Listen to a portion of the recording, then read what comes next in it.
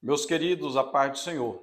Eu sou o diácono Claudionor Machado e esta é mais uma das nossas pequenas reflexões, com base na leitura diária da revista Lições Bíblicas da CPAD, no segundo trimestre de 2022, lição dos adultos, que tem como tema os valores do reino de Deus, pois estamos tratando do Sermão do Monte, e como subtema falando da relevância do Sermão do Monte para a Igreja de Cristo.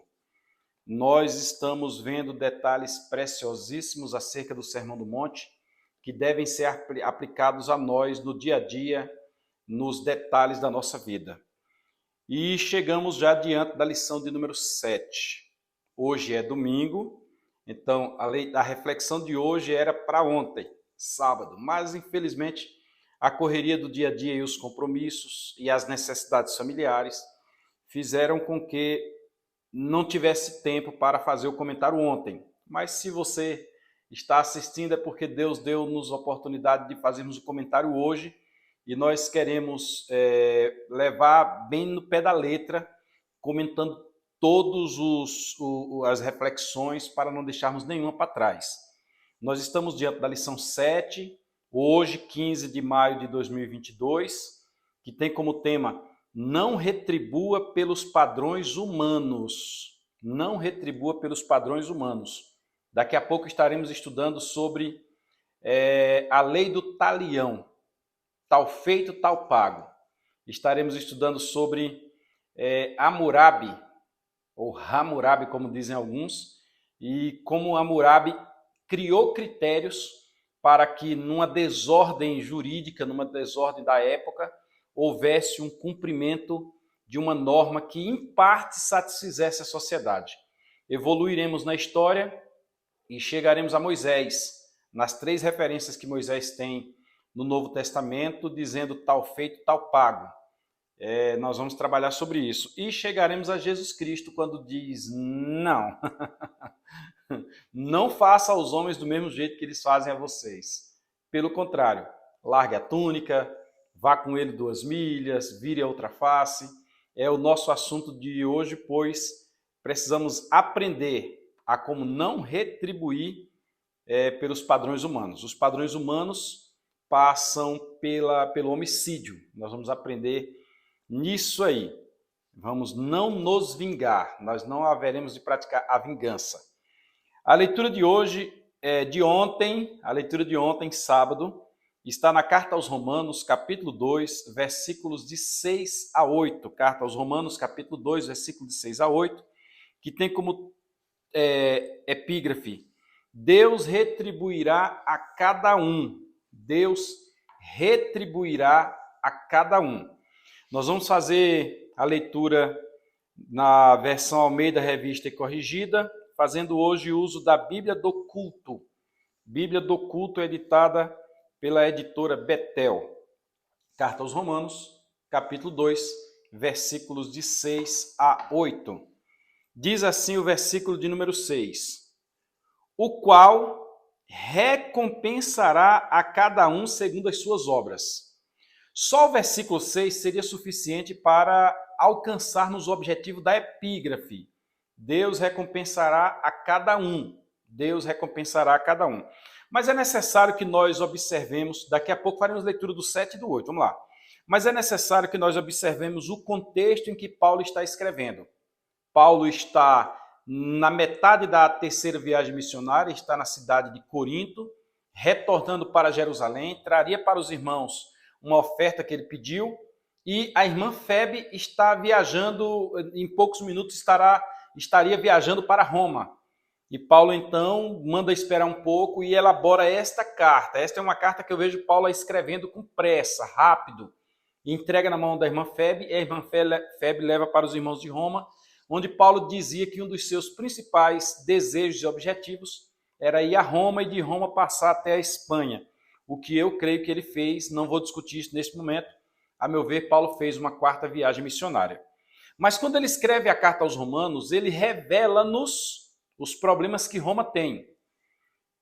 Paulo traz ali os problemas da questão da confusão do Deus verdadeiro com o Deus falso, o fator da idolatria, os gentios, ele trata da justiça pela fé, que nós já comentamos aqui, que é o que envolveu o coração de Martim Lutero. Ele continua falando dos homens, da impenitência dos homens que estão deixando o Deus verdadeiro substituído por animais e estão deixando as práticas naturais de homem com homem, mulher com mulher. Paulo está nesse contexto. E Paulo agora entra na questão dos judeus. Veja, Paulo falou do mundo, Paulo fala agora dos judeus, começando no capítulo 2. E quando ele chega nos versículos 6, 7 e 8, ele faz uma divisão. Paulo distingue dois caminhos. Os caminhos vão juntos até determinado ponto. Depois de determinado ponto, esses caminhos se distinguem. Ora, está escrito que devemos agir de forma que não causemos escândalo. A judeu, a gentil ou a igreja do Senhor. Por quê? Porque só existem três povos: judeu, gentil e igreja do Senhor. E quando Paulo aqui vem no versículo 6 dizer-nos que o qual recompensará cada um segundo as suas obras, ele chega num limiar e agora ele vai abrir caminho. Ele diz assim no versículo 7, a saber, cada um segundo as suas obras. A saber, 2 pontos. Inclusive, a meu ver, este a saber poderia estar no versículo 6, mas não foi eu que organizei a Bíblia, não tem problema. A saber, a vida eterna aos que, com perseverança em fazer o bem, procuram glória, honra e incorrupção. Deus recompensará uns com a vida eterna. Deus recompensará uns com a morada no céu. Os judeus, até Jesus Cristo, não tinham o desejo do céu. Os judeus não ensinavam sobre o céu, não falavam sobre o céu. Nós não temos os judeus se prontificando, se posicionando no sentido de irei para o céu. Pelo contrário, o judeu sempre desejou a terra, sempre desejou um reino aqui. Tanto é que nos últimos dias de Jesus, os discípulos ainda estavam perguntando, é por agora que tu vais restaurar o reino em Israel? Então o judeu não tem a visão do céu. Até que tem Isaías vendo os céus abertos e outras referências bíblicas. Daniel teve essa experiência, mas os judeus em si não desejam o céu. Quando o anjo visitou Maria foi um espanto. Por quê? Porque os judeus não desejam o céu. Estou vindo do céu.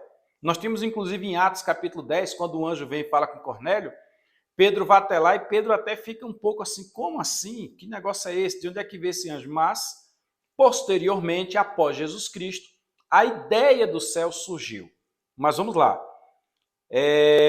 Vida eterna aos que, com perseverança em fazer o bem, perseveram fazendo o bem, e nesta perseverança em fazer o bem, procuram glória, procuram honra e procuram incorrupção. Não a glória humana, não honra humana, não incorrupção humana, que não existe incorrupção humana. Os homens são todos corruptíveis. A gente busca a estatura de varão, busca melhorar cada dia para alcançar a estatura de varão perfeita que é lá. Então nós temos aqui que Deus recompensará a igreja. A igreja vai passar pelo tribunal de Cristo. Deus recompensará a igreja. A história da humanidade segue junta. Quando chega num determinado momento da história, separa-se. Até Apocalipse capítulo 4, capítulo 3, todo mundo junto. Do capítulo 4 em diante, separa. A igreja sobe e o mundo segue a sua trajetória. Então nós temos aqui esta verdade no versículo número 7. No versículo número 8 diz, mas, enquanto ele recompensará uns com a vida eterna, mas a indignação e a ira aos que são contenciosos e desobedientes à verdade e obedientes à iniquidade. O que quer dizer? Lá na primeira carta que o próprio Paulo escreve aos crentes de Tessalônica, ele fala sobre o dia da ira do Senhor. E o dia da ira do Senhor, naquele contexto, é uma referência à grande tribulação.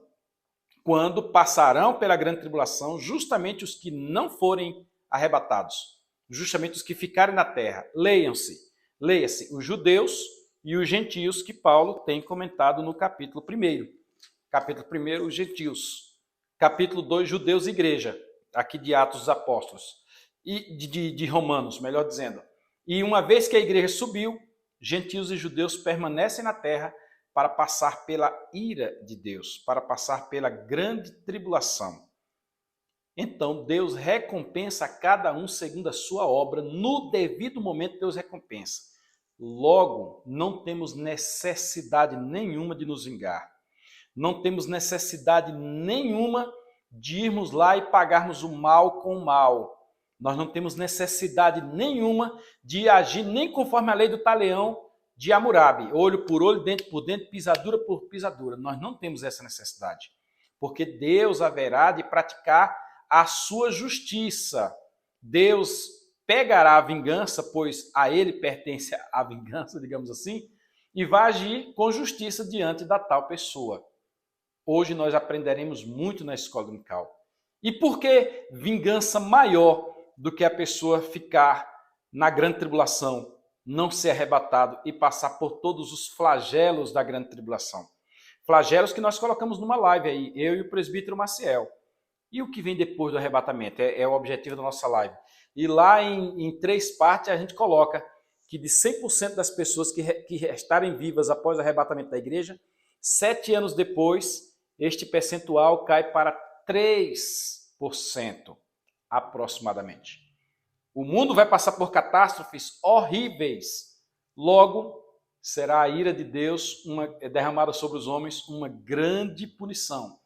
E enquanto isso, a igreja tem passado pela ressurreição, pela transformação, pelo arrebatamento, pelo tribunal de Cristo e estará nas bodas do Cordeiro, desfrutando com Cristo em um tempo que nós sabemos que não é o Cronos, é o Kairos.